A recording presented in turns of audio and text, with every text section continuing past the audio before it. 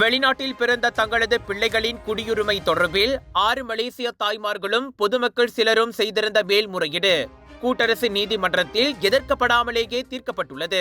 மேல்முறையீடு செய்தவர்களுக்கும் அரசாங்கத்துக்கும் இடையில் காணப்பட்ட இணக்கத்தின் நிபந்தனைகளை தான் ஸ்ரீ நளினி பத்மநாதன் உட்பட கூட்டரசு நீதிமன்றத்தின் 5 நீதிபதிகள் அடங்கிய குழு அங்கீகரித்தது.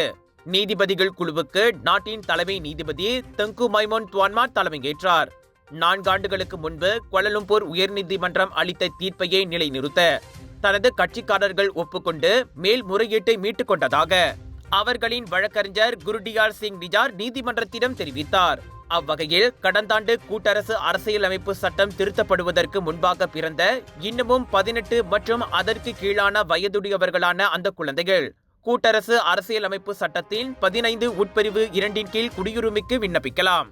அச்சட்ட பிரிவானது தாய் தந்தையரில் குறைந்தது ஒருவர் மலேசிய குடியுரிமை வைத்திருந்தால் 21 வயது கீழ்ப்பட்ட பிள்ளைகளை மலேசிய குடியுரிமை பெற்றவர்களாக பதிவதற்கு அனுமதிக்கிறது.